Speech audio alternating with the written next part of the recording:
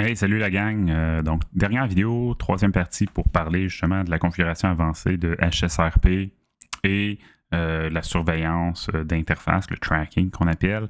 Donc, on va aller voir comment j'ai configuré ça. Du point de vue de HSRP, ça va être vraiment rapide, simple. C'est plus le tracking qui va être important de réviser ensemble. Donc, si je vais sur C1, ici C2 et C3, même VLAN, même configuration qu'on avait à l'origine, je vais juste aller faire un petit show run interface VLAN 10 pour vous montrer un des interfaces, comment je l'ai configuré. Et je vais aller montrer l'interface VLAN 10 et 20 pour qu'on voit du point de vue de des deux VLAN où est-ce que C1 est prioritaire, comment je les ai configurés. Fait que premièrement, Standby version 2, comme d'habitude, pour HSRP du moins. Standby, et là j'ai mis 1 pour les deux VLAN. Pourquoi? Je vais aller vous expliquer. Avant d'aller vous montrer ça, je vais faire Show Standby Brief pour que vous compreniez un petit peu comment j'ai configuré tout ça. J'ai trois groupes ou trois instances ou trois groupes HSRP, right? Standby 1, 2, 3, 4, 5, on peut mettre le numéro qu'on veut. Traditionnellement, souvent, ce que j'aime montrer aux étudiants, c'est prendre un numéro qui corrobore avec le VLAN, donc 10 pour 10, 20 pour 20, ainsi de suite.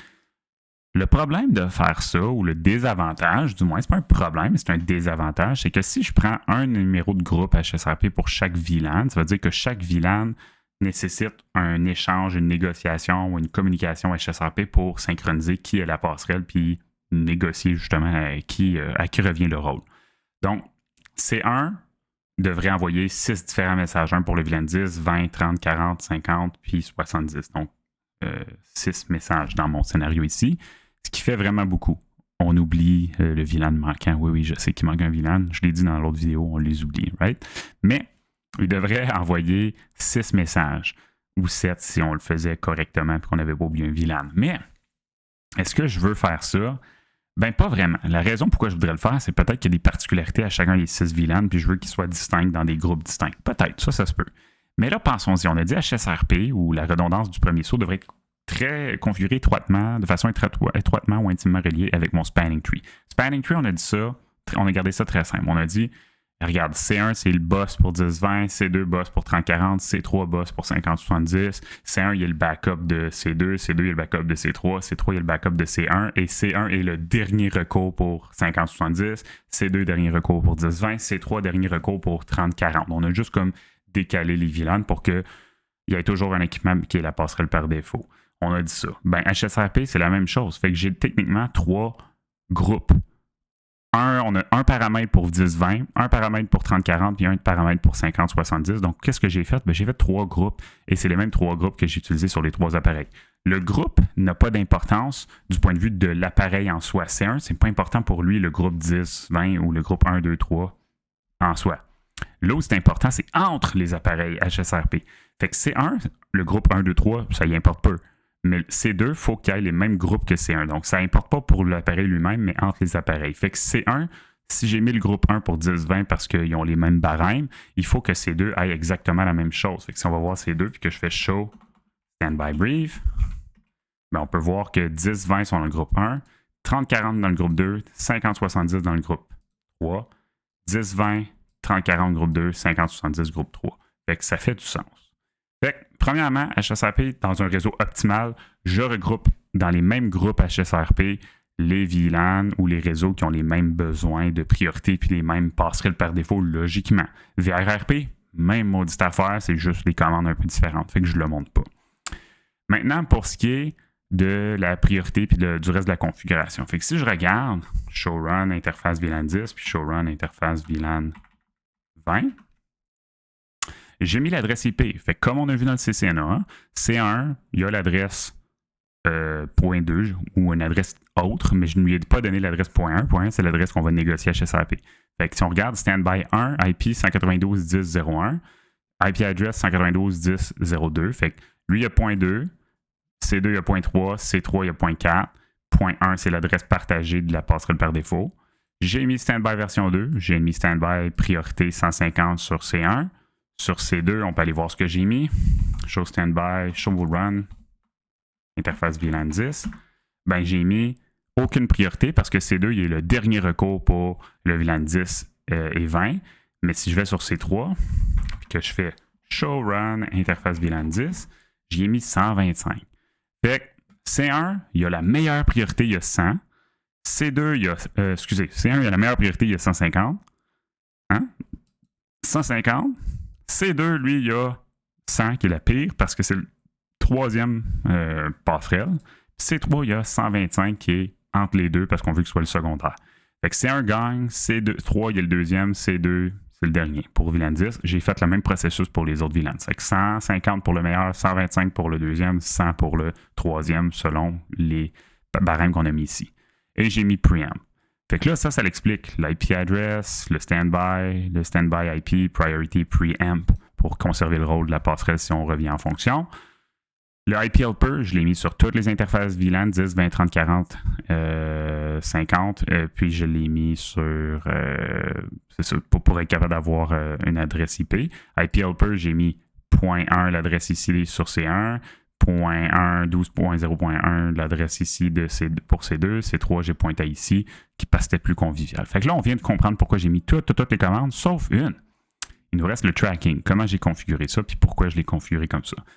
Fait que là, ce qui est important de tracking, c'est que ici, j'ai mis standby 1, track l'objet 1, qu'on va aller vérifier qu'est-ce que c'est, decrement 51. Nonobstant de c'est quoi le track. Le tracking, c'est ça qui permet de dire je veux influencer l'élection HSRP selon autre chose qui est externe à la topologie. Fait que dans le fond, on veut considérer le lien entre C1 et R1, C2 et R1 et C3 et R1. Fait qu'est-ce que j'ai fait? Ben, si on vérifie, si je fais un show, show, run, pipe, include, track, on va le voir. Fait que le track 1 sur chacun des appareils, C1, C2 et C3, track 1, interface E02, line protocol. Fait que j'ai dit à C1, C2 et C3, les trois ont la même config. J'ai dit surveille l'interface E02, line protocol. Fait que si l'interface tombe down, qu'elle ne fonctionne plus, ou qu'on fait shutdown, ben ça va générer la switch pour dire hey, active la fonction ou active quoi que ce soit que tu faisais avec le tracking. Là. Fait que s'il y a quelque chose qui survient avec le line protocol, ça va influencer partout où le tracking est utilisé. Fait que tu vois, si tu regardes, sur C1, C2, C3, j'ai la même config sur chacun des appareils. OK, je peux aller vérifier sur C1, show, run, pipe. Oups, bon, je viens de casser ma console. Show, run, pipe, include, tracking. Je track comme ça. Bon. Ben, track 1, interface E02 line protocol, standby 1, track 1, standby 1, track 1, standby 2, track 1. Fait que ça, c'est l'interface VLAN 10, 20, 30, 40, 50, 70. Ben, sur chacun d'entre eux, j'ai dit surveille l'objet 1 ou track l'objet 1, qui est celui-là en haut. J'ai dit décrémente la priorité HSRP de 51 pour chacun d'entre eux. Ce que ça veut dire, c'est si on ferait un petit dessin, whiteboard ici, là, mettons rapidement, que je prends ma topo ici, on va faire un petit dessin. Boum. Je retourne en whiteboard. On va aller se faire une nouvelle topologie. Si je prends ma topo ici, qu'on regarde les barèmes qu'on vient de définir ou ce qu'on vient de configurer. Si je prends ma petite tablette à dessin, je vais aller vous faire un beau dessin. Vous connaissez mes talents de dessinateur hors pair. Là. Ben, si on regarde ici, C1, c'est le big boss. Il y a une priorité plus élevée que tout le monde. C'est le big boss. On va juste considérer le VLAN 10, disons. VLAN 10, lui, là, il y a 150. Lui, il y a 100. Et lui, il y a 125. Ben là, qu'est-ce qui arrive? Puis on a mis preamp partout. Qu'est-ce qui arrive si le câble ici, il tombe en panne? Boum, ça tombe en panne. Ben là, automatiquement, HSRP va dire non, toi, tu n'as plus 150, tu es rendu à 99. Fait qu'il a baissé de 51. Fait que je me suis assuré qu'il baisse plus bas que toutes les autres passerelles pour être sûr qu'il ne puisse pas rester passerelle par défaut. Parce que à quoi ça sert qu'il soit la passerelle par défaut pour le VLAN 10 si le câble entre lui et le routeur pour quitter le réseau tombe en panne? Ça ne sert pas à grand-chose. Fait qu'il tombe à 99. Fait que là, C2 ou C3 peut devenir la passerelle. Ben, prioritairement, ça va être C3. Et après, C2. Mais là, mettons que C3, il tombe en panne, puis le câble ici, le tombe en panne lui aussi. Ben, moins 50, ça va devenir 74. C2 va pouvoir gagner. Si C2, il tombe en panne, ben, moins 51, fait que ça devient 49. Puis là, ben, il n'y a ben, il reste la passerelle par défaut, mais il n'y a plus rien qui marche. Fait que c'est sûr que j'ai pas besoin de mettre un decrement ou une décrémentation sur les VLAN où est-ce que la passerelle est le dernier recours. Fait que j'aurais pas besoin de mettre un tracking pour le VLAN 10-20 ici, ou 50-70 ici, ou 30-40 ici, parce qu'ils sont dernier recours. Je l'ai mis juste pour qu'on se garde la vie simple, puis ça soit juste logique, on l'a mis partout, mais logiquement, il faut le mettre sur le VLAN où est-ce qu'on est actif et secondaire dans un scénario à 3 commutateurs, 3 passerelles par défaut. Fait que ça, c'est pour le tracking. Mais, je rappelle, ce qui est important du tracking, c'est qu'il faut qu'on décrémente la priorité plus bas que les valeurs qui sont configurées sur nos équipements pour nous assurer que le bon équipement puisse prendre le relais. Si je fais decrement 1 à la place, puis qu'on reprend notre scénario initial, OK? Fait que je reprends ça comme ça, ben, qu'est-ce qui va se passer? Ben là, ça ne va plus être 150, ça va être 149 au lieu de 150. Lui, il a 100, lui, il a 125. Qui gagne, c'est encore lui. Fait qu'à surtout mettre une priorité ou décrémenter la priorité suffisamment pour influencer l'élection HSRP. Right? Fait que c'est un petit peu ça la morale de HSRP ou de la passerelle par défaut. Fait que ça, c'est pour HSRP. La seule autre chose qui nous reste à voir rapidement dans la vidéo, que je voulais prendre 2 minutes puis terminer avec ça, c'est au niveau de RootGuard qui a été un petit pépin pour certains. Fait que là, je sais qu'il y en a plusieurs qui ont tenté de le configurer sur C1, C2, C3, puis qui ont dit, OK, RootGuard, c'est pour éviter qu'un appareil tierce qui ne devrait pas être passerelle par défaut le devienne. Fait qu'on va le configurer sur C1, C2, C3 sur les ports descendants, hein, sur E0, E01, E0, E01, E0, E01. Mais le problème, c'est que C1 sait que C2 est passerelle pour ou root bridge pour VLAN 3040, puis que C3 l'est pour 5070 et C2, C3 le savent pour le VLAN 1020. Ils savent tous qui est la passerelle ou qui est le root bridge pour les VLAN pertinents. Comment? Ben, au travers des câbles ici. Donc, je ne peux pas l'activer sur les commutateurs de couche 3, ce n'est pas possible malheureusement. Je peux uniquement le configurer sur les commutateurs D1 et D2. Je ne peux même pas le configurer sur E0, sur A1, A2, A3. Je pourrais si je veux le configurer sur les ports d'accès, mais j'ai déjà mis PortFast puis BPD Guard. Donc, ce n'est pas vraiment nécessaire. On pourrait.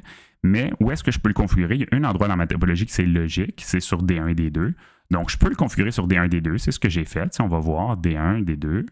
On va aller voir à droite. D1. Show Run, interface, ou Show Spanning Tree. Show Spanning Tree. Root. Guard. J'ai-tu Root Guard? Non. Show Spanning Tree, Root. Ben non, c'est vrai. J'ai pas cette commande-là. Si je veux vérifier, je peux faire Show Run, interface E00. Fait que où est-ce que je l'ai configuré? Mais je l'ai configuré ici. Spanning Tree, Guard, Root. Et je l'ai configuré sur E01, E02. Puis même chose sur E00, E01, E02. Comme ça, D1 et D2, je veux jamais que A1, A2, A3 puisse devenir le root bridge. Mais les ports en haut, je dois le laisser tel quel. Sinon, ben, C1, C2, C3, ça poserait des problèmes. Alright? Fait que ça, c'était pour RootGuard. Très simple comme configuration. J'espère que ça a répondu à toutes vos questions. Ça va encore des pépins avec les trucs qu'on a vus dans la première partie des modules de Anchor et NRC. N'hésitez surtout pas à me faire signe. Salut gang!